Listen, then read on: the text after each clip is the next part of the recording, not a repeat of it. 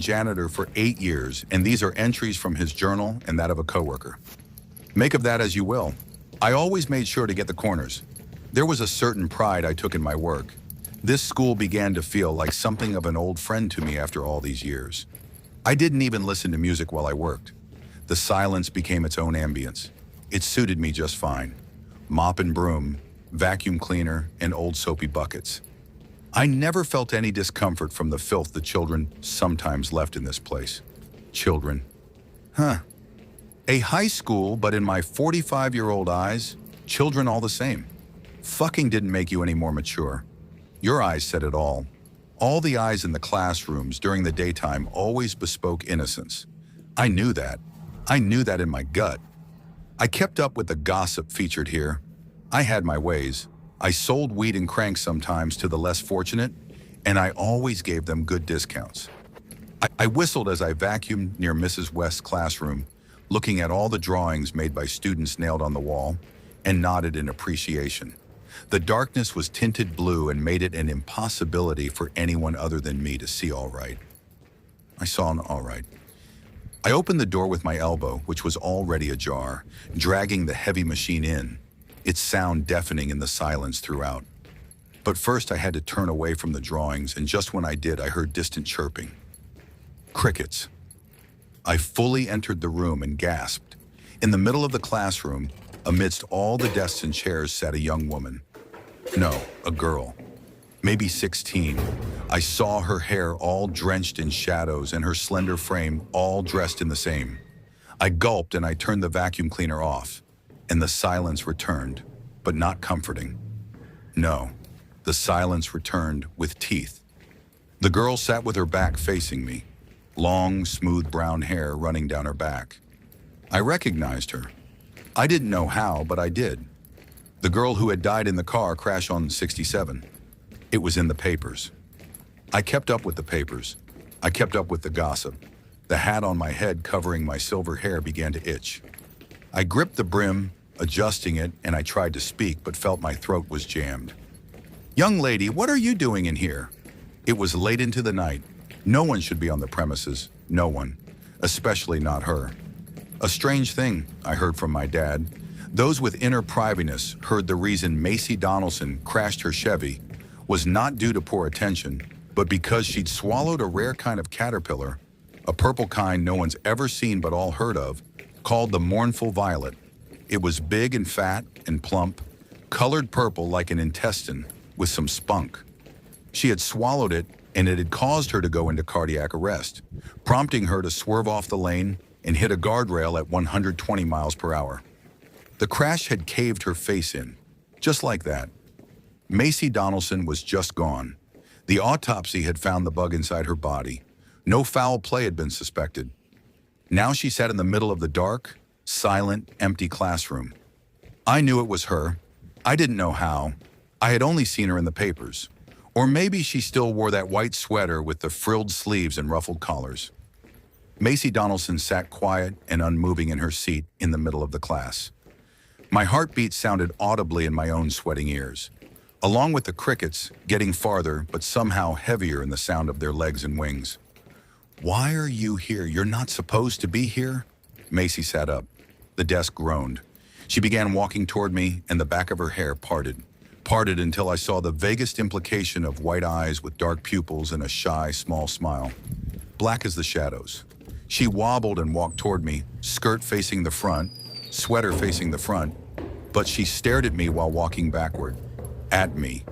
I groaned, shuddered back a step, feeling my trousers fill with warm piss. "You're not supposed to be here." Her sleeves filled up with ballooning flesh turning angry purple, plum purple, and I heard a grotesque creaking sound as her head ballooned as well, hair falling off like a discarded wig. I saw her legs grow longer and fat layer atop one another, and her torso begin to become segmented, meaty, heavy, and pulsating. She slipped out of the cluster of chairs and desks, sweater clinging to her torso to become fuzz, light white.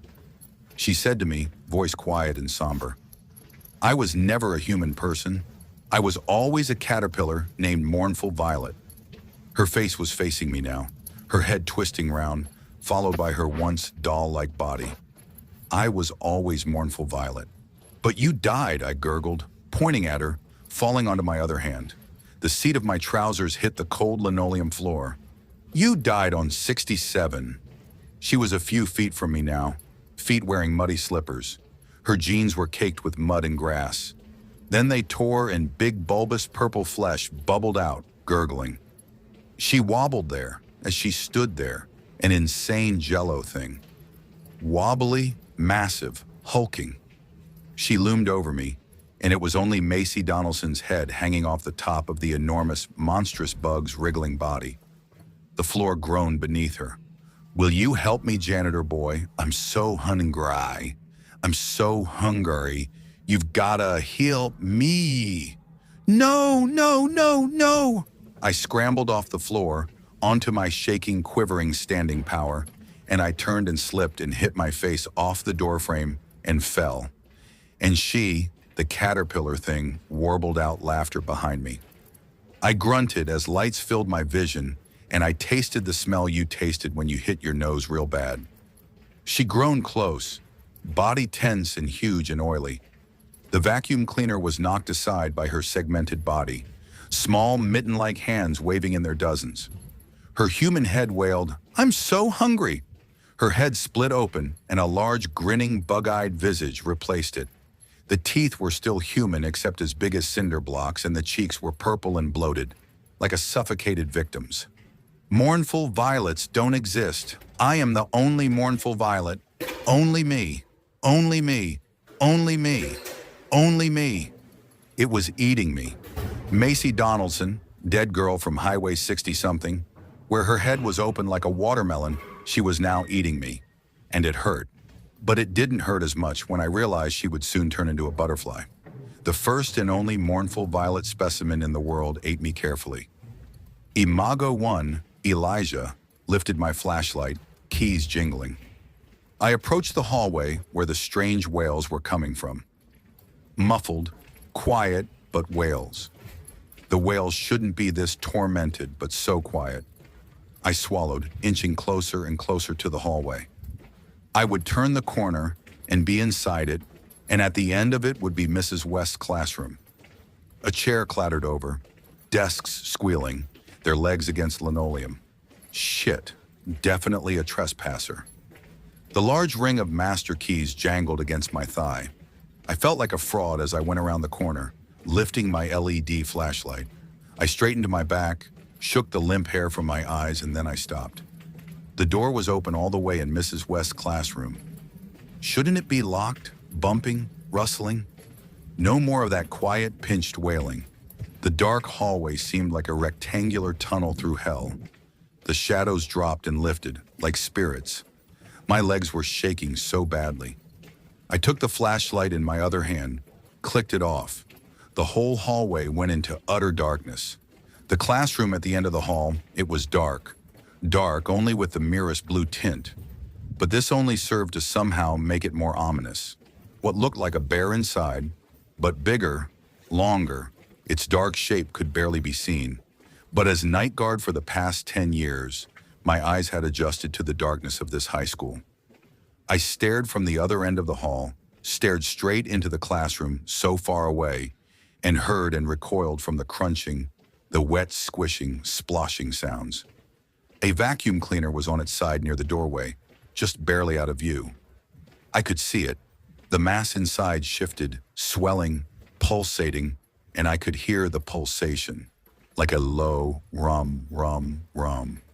Shit, if I hadn't seen anything ever like this. Tears began forming in my eyes. I couldn't help it. I turned and tried to grab at my radio, but it crackled.